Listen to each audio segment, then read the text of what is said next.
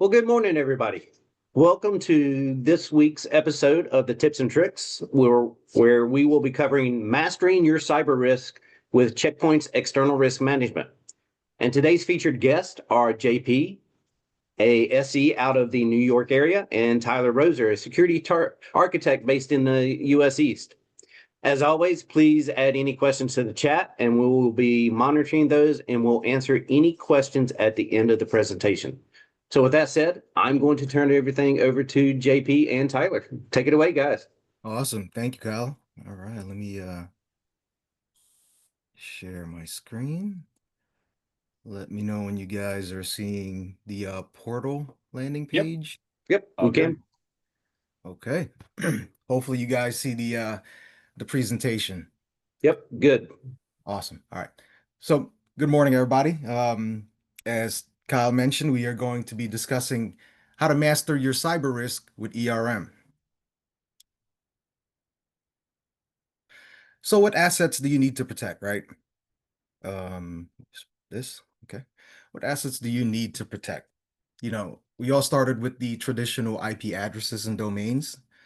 In today's interconnected digital landscape, enterprises pretty much face an ever-evolving array of external threats.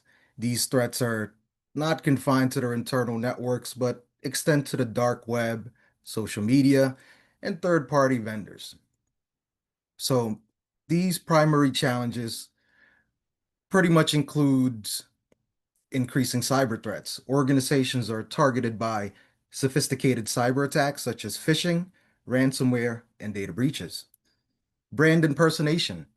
Cyber criminals frequently impersonate brands to deceive customers, causing financial and reputational damage. Supply chain vulnerabilities. Third-party vendors could become a weak link, exposing organizations to risk if they are compromised. Limited visibility. Organizations often lack comprehensive visibility into their digital footprint, making it challenging to identify and mitigate threats in real time. That saying goes, what you don't see, you cannot prevent or stop the attack, right? Threat actors are aware of these dynamics and are leveraging diverse expertise. They operate not as a single team, but as a multiple, highly collaborative teams. This approach enables them to exploit new attack surfaces and launch sophisticated attacks. As I mentioned, things like supply chain breaches, identity compromises, credential fraud, and brand impersonation. In Q1 alone, we successfully executed 200 takedowns of social media impersonations targeting specific VIPs. So, how is Checkpoint addressing these challenges? Our solution focuses on two key objectives. First, identifying the digital footprint. This includes mapping out all assets such as servers, IPs, SaaS applications, and third-party vendors to gain a comprehensive understanding of the organization's exposure. By proactively addressing these areas, we help organizations stay ahead of the evolving threats. We identify all assets that could be exploited during a hacker's reconnaissance process, including both known assets and shadow IT. Our approach involves detecting the vulnerabilities, misconfiguration, and human errors, enabling organizations to address these proactively before hackers can exploit them. The second area we focus on is the hacker community. This includes activity across the open, deep, and dark web. Our efforts primarily targets two types of data. One, leaked data. This is the information exposed from partners, suppliers, or employees, which may include sensitive details such as signatures, access tokens, and other critical assets.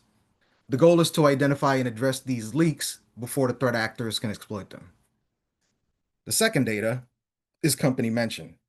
And when Tyler goes over the user interface later, you guys will see some of this stuff. Company mentions are any data or discussion specifically referencing the company, allowing us to proactively assess and mitigate potential risk. So let's discuss our external risk management and its core capabilities. Attack surface management module that continuously maps your organization's digital footprint, building a comprehensive inventory of assets, and providing full visibility into your internet-facing digital infrastructure. It identifies security vulnerabilities and exposures, evaluates their associated risk, and then assigns risk scores to streamline prioritization and expedite remediation efforts. Deep and dark web monitoring. This module collects intelligence from thousands of sources, including cyber criminal communities, threat actor forums, hidden chat groups, underground marketplaces, Tor onion sites, and more. It then analyzes this vast pool of threat intelligence and correlates it with the customer's digital assets to identify relevant threats and risk. Brand protection, excuse me. The ERM module continuously monitors the web for unauthorized use of trademark brand names, logos, and malicious impersonation of executives. This includes identifying lookalike domains, phishing websites, malicious apps on both official and unofficial app stores, as well as fraudulent social media profiles impersonating brands, products, or members of the executive leadership team. Much like the note that I said with 200 VIPs and the takedown that we did during Q1. Cyber threat intelligence. ERM offers a comprehensive library of threat intelligence, including data on threat groups, malwares, and CVEs. Customers can filter by industry and region, analyze likely attack scenarios, and access key insights like tactics, techniques, and procedures, which is known as TTPS, and indicators of compromised IOCs, to pretty much enable proactive cyber defense. Supply chain intelligence. The ERM supply chain intelligence module thoroughly assesses the cybersecurity posture of your third-party vendors, partners, and suppliers using insights from the open, deep, and dark web. It also continuously monitors these organizations for significant cyber incidents, providing real-time alerts in the event of an attack or breach. Active exposure validation. This ensures that your organization's digital assets are continuously tested for vulnerabilities and misconfigurations, simulating real-world attack scenarios. This proactive approach helps identify and remediate security gaps before they can be exploited by attackers. And together with that power combined, these modules form Checkpoint's external risk management. It is a comprehensive solution for mitigating external risk, offering full visibility into assets and threats backed by expert threat intelligence services. And now I'm going to hand it over to Tyler so we can demo what the interface looks like and the benefits it could provide. Tyler, take it away. Thanks, JP. Always love a Captain Planet reference. All right. JP, can you see my screen? Yes, sir. Awesome. Okay. Well, thank you again, and thank you everybody for joining today.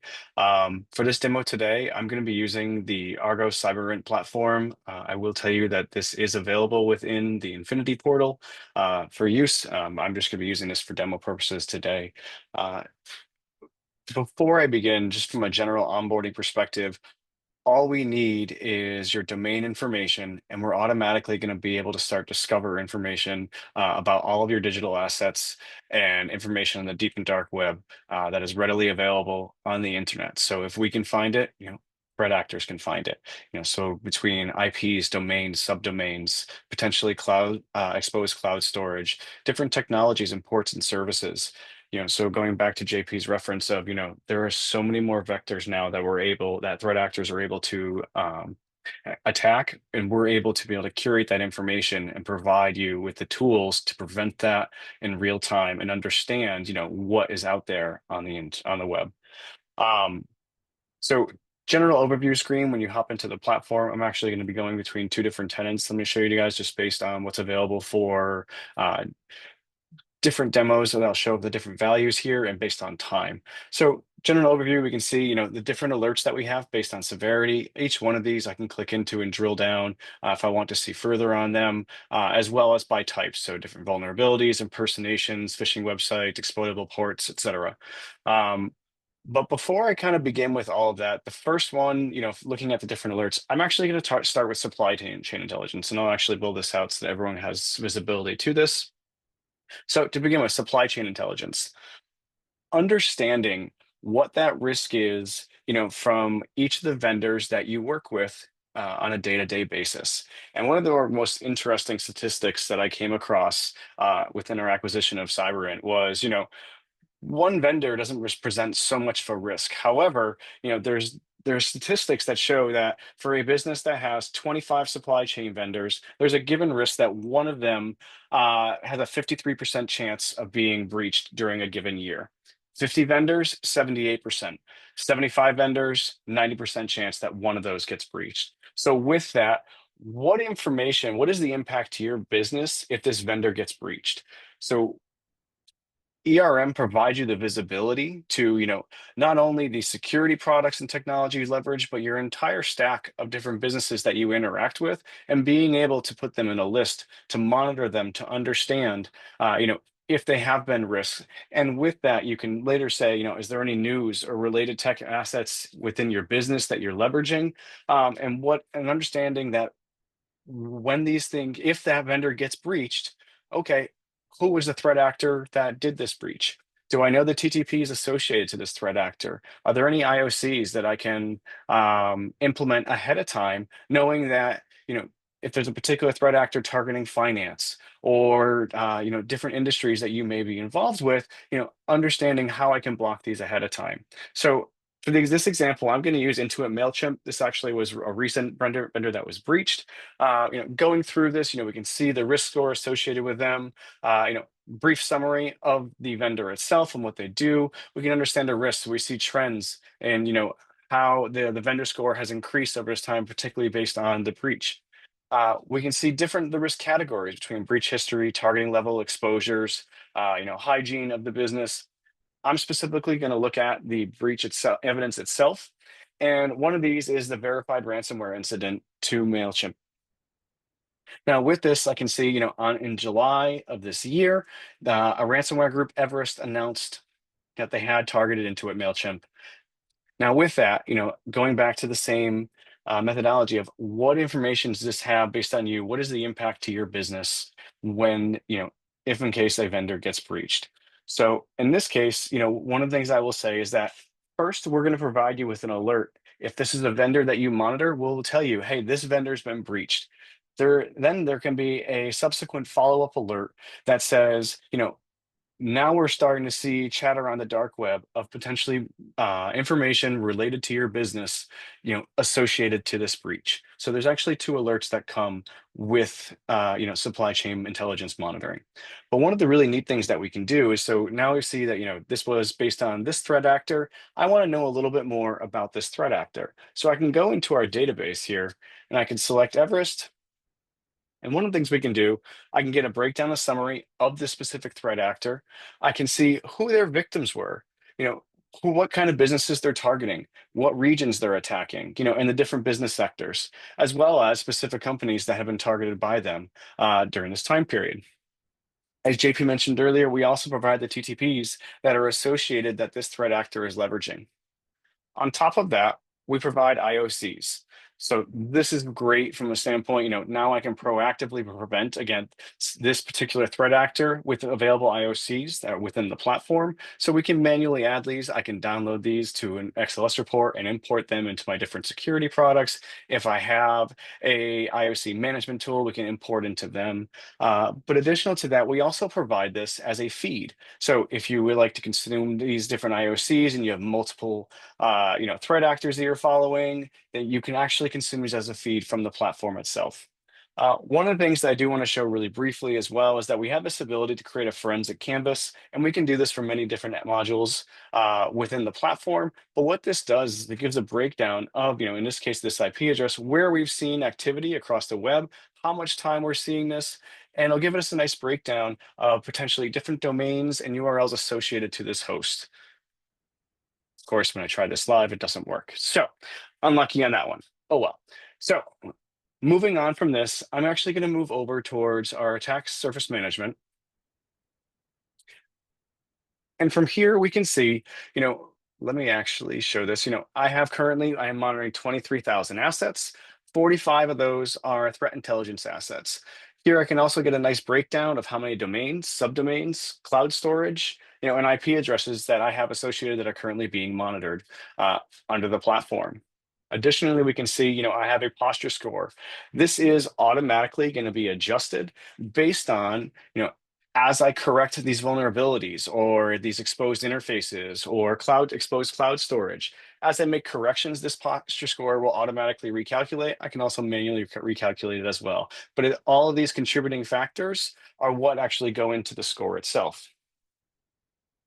There's a couple pieces here that I'm actually going to talk about as well. So one is we're looking at all of our assets. And then here, this filters based on monitored and for ASM, as well as for monitor for ASM and threat intelligence.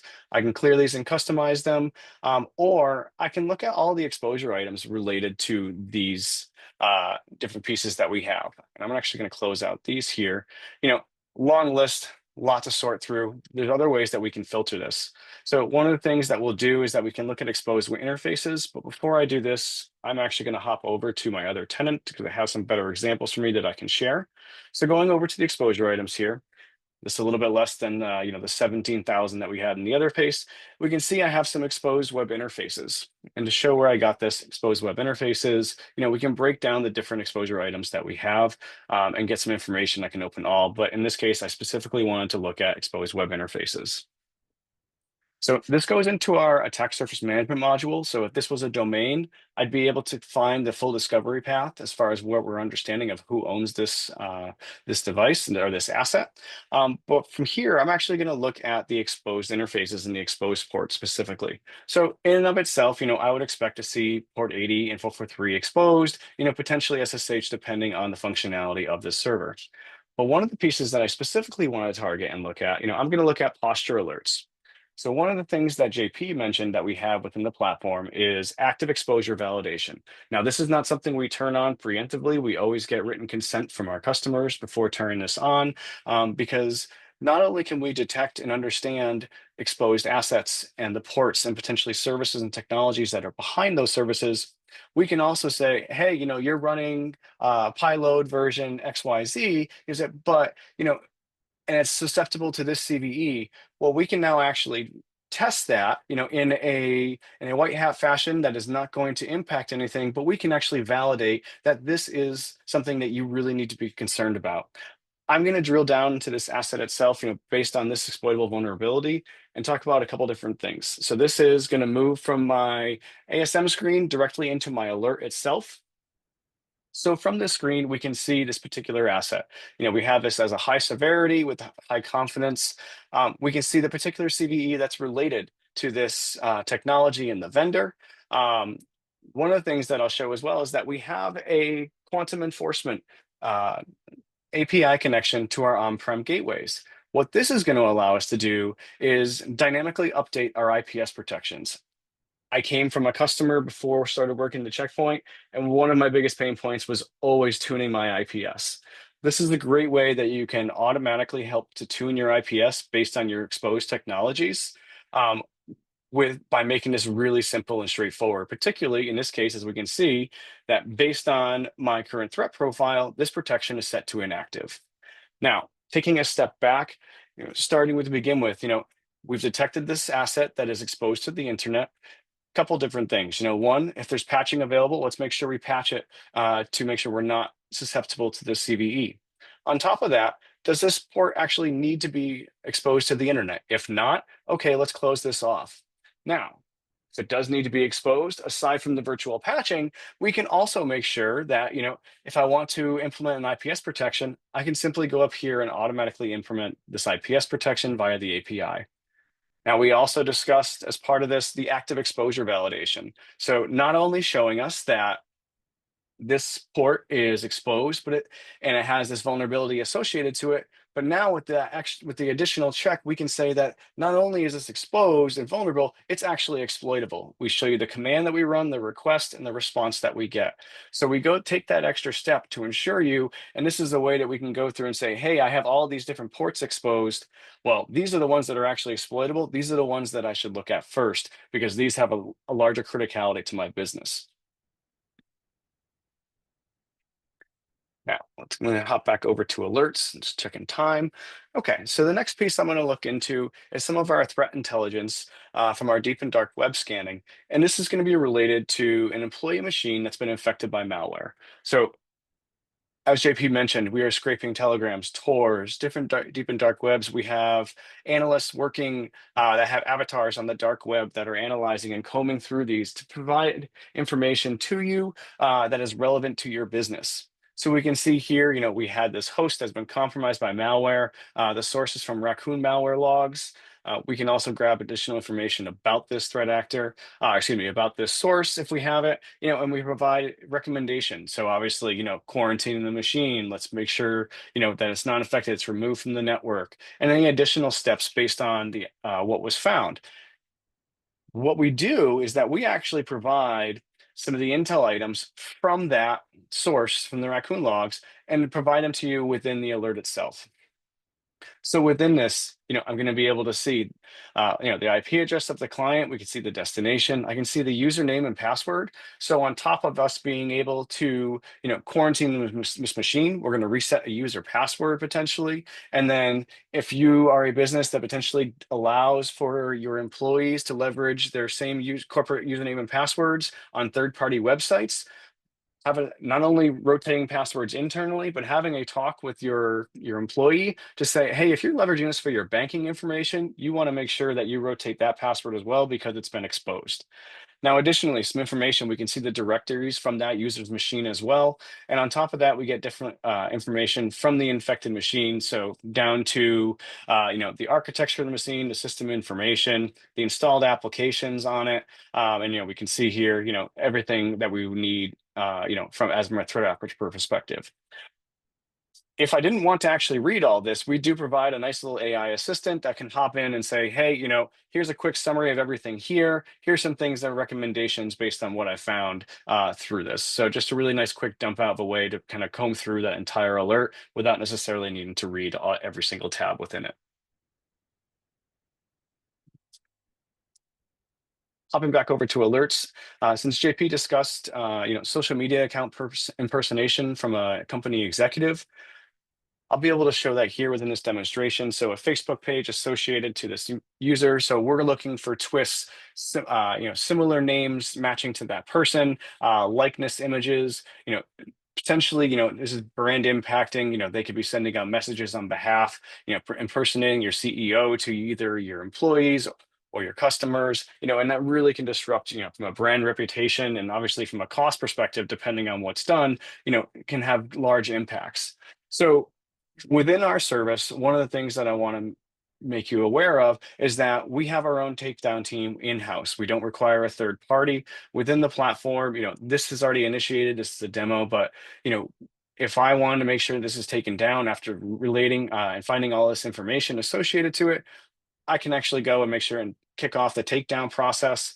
And I can watch that in real time as this is done, right here through the screen. Let me pop this out so everyone can see this. So within digital risk protection, I can go to my takedown requests and I can see here, what is the status of all of my requests during this time and the types of requests that have been taken care of, so whether it's a phishing domain, social media impersonation, I can see here we have 2 that are resolved and 1 that's been canceled.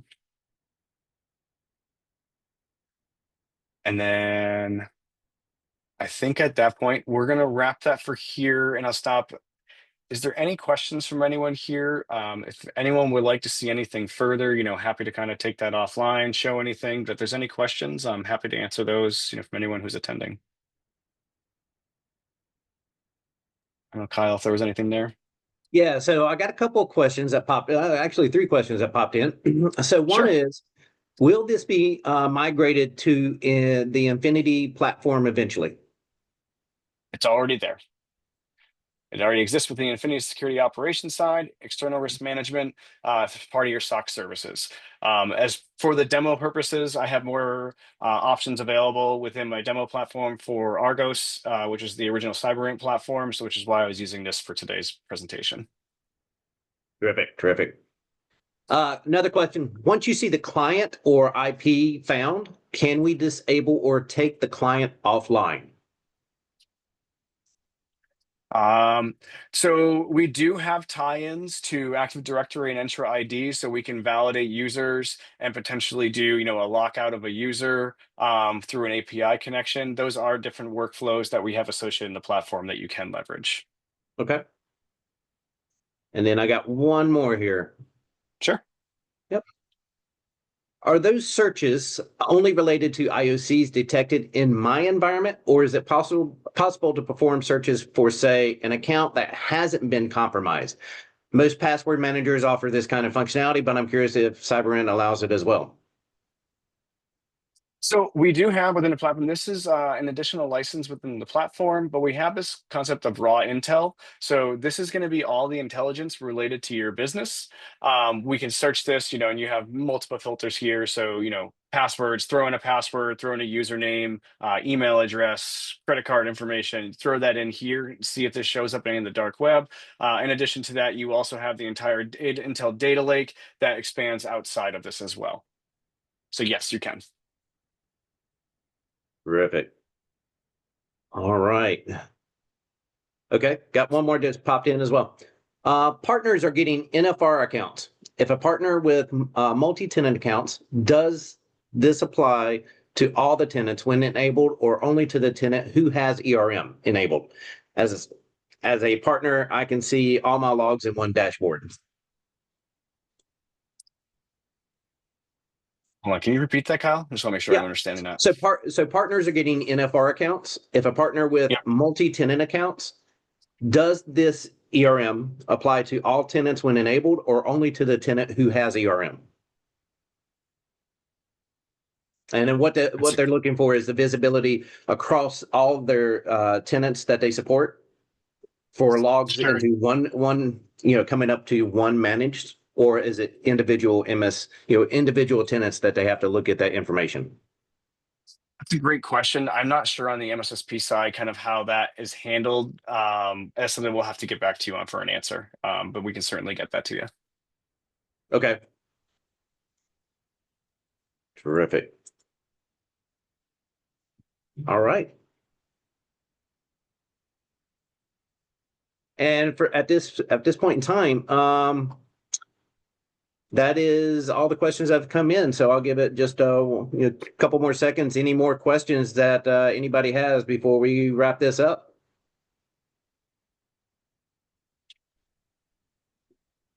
All right.